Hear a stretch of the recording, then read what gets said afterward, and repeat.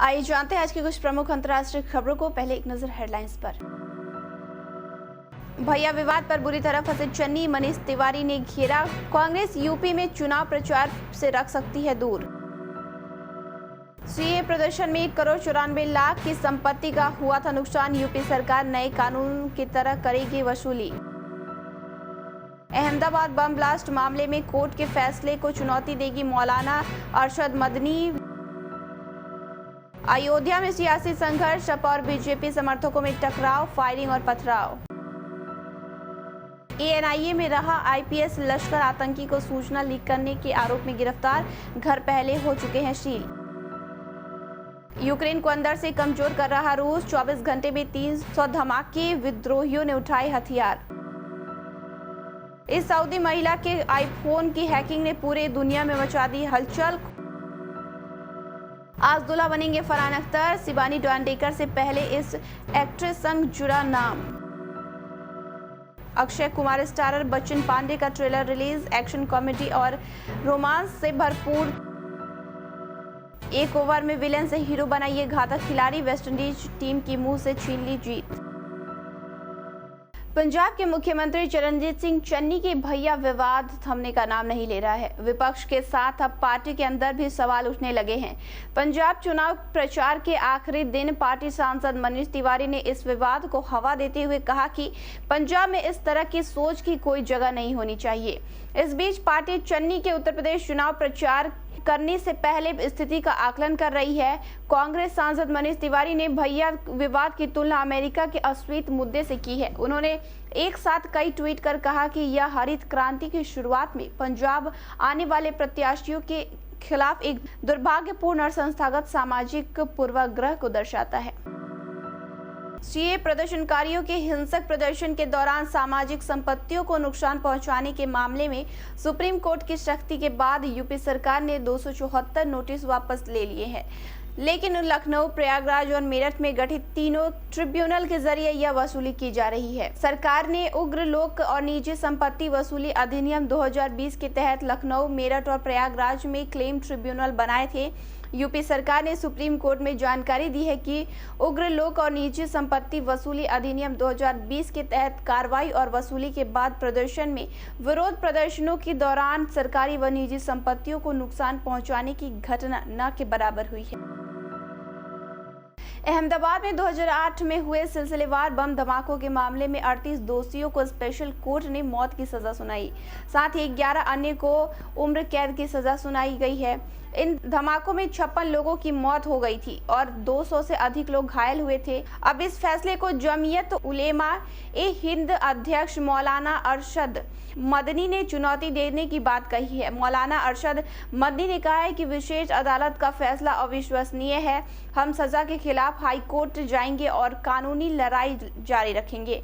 मौलाना मदनी ने कहा है कि देश के नामी वकील दोषियों को फांसी से बचाने के लिए मजबूती से कानून लड़ाई लड़ेंगे। उत्तर प्रदेश में अयोध्या जिले के गोसाईगंज विधानसभा सीट से सपा प्रत्याशी अभय सिंह और बीजेपी उम्मीदवार आरती तिवारी के समर्थकों में शुक्रवार देर रात जमकर भिड़ंत हो गई।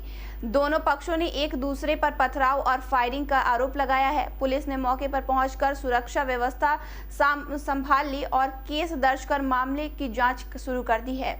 महाराजगंज थाना इलाके के कबीरपुर चौराहे के पास दोनों पक्षों के समर्थकों की गाड़ियां आमने सामने होने के बाद यह विवाद शुरू हो गया। दोनों ही दलों ने एक दूसरे पर पथराव और फायरिंग का आरोप लगाया है। सपा के प्रत्याशी अभय सिंह का आरोप है कि बीजेपी समर्थक ने उनके काफिले पर पथराव बरसाए और फायरिंग की है। आतंकी संगठन को खुफिया जानकारी लीक करने के आरोप में एक एएनआईए के पूर्व अधिकारी एडी नेगी को गिरफ्तार किया गया है। इससे पहले इस आईपीएस अधिकारी के घर को भी सील किया जा चुका है। राष्ट्रीय जांच एजेंसी एएनआईए के पूर्व अधिकारी और आईपीएस एडी नेगी पर पाकिस्तानी आतंकवादी समूह लश्कर-ए-तैयबा को संवेदनशील जानकारी लीक करने का आरोप लगा है। एजेंसी के एक प्रवक्ता ने कहा है कि पुलिस अधीक्षक एडी नेगी ने एएनआईए में एक जांच अधिकारी के रूप में अपने कार्यकाल के दौरान जम्मू कश्मीर में लश्कर के एक ओवरग्राउंड वर्कर के साथ संवेदनशील जानकारी साझा की थी। पूर्वी यूक्रेन में तनावपूर्ण सीमा पर गुरुवार को भारी गोलाबारी हुई। संघर्ष विराम की निगरानी कर रहे ड्रोन पीजीएस का सिग्नल जाम होने पर भटक गए और मोबाइल फोन का नेटवर्क भी चला गया। रूस समर्थक अलगाववादियों ने यूक्रेन के सैनिकों के खिलाफ जिस इलाके में वर्षा लड़ाई लड़ी है, वहां शांति कायम रखने की जिम्मेदारी संभाल रहे अंतर्राष्ट्रीय निगरानीकर्ता के एक समूह ने गुरुवार को 24 घंटे में 300 से ज्यादा विस्फोट होने की बात कही है। यह संख्या पिछले महीने की तुलना में करीब 4 गुना अधिक है। उधर पूरा विश्व यूक्रेन की सीमा के पास रूसी सैनिकों के जमावड़े पर करीबी नजर रखे हुए है। एनएसओ ग्रुप का स्पाईवेयर अभी काफी चर्चा में था। एनएसओ ग्रुप के जासूसी सॉफ्टवेयर का यूज करके दुनिया भर के सैकड़ों लोगों को निशाना बनाया गया। अब एनएसओ ग्रुप की मुसीबत बढ़ गई है। इस पर वॉशिंगटन में कानूनी कार्रवाई और जांच की जा रही है। जासूसी सॉफ्टवेयर की एक खामी के कारण सऊदी अरबिया की एक महिला को इस खतरनाक सॉफ्टवेयर के बारे में पता चला। सऊदी अरबिया की महिला एक्टिविस्ट लॉजेन अल हथलौल और प्राइवेसी रिसर्च को ठोस सबूत मिले कि इजरायली सॉफ्टवेयर ने उनके आईफोन को हैक किया था। उनके फोन में सॉफ्टवेयर के द्वारा डाला गया एक फोटो गलती से रह गया था। लॉजेन अल हथलौल के फोन की जांच के बाद पिछले साल एनएसओ ग्रुप पर सरकार ने एक्शन लिया और इससे कटघरे में खड़ा कर दिया। फरहान अख्तर अपनी long time girlfriend Shibani Dandekar से शादी करने जा रहे हैं। फरहान और शिबानी की शादी के चर्चे हर तरफ सुनने को मिल रहे हैं।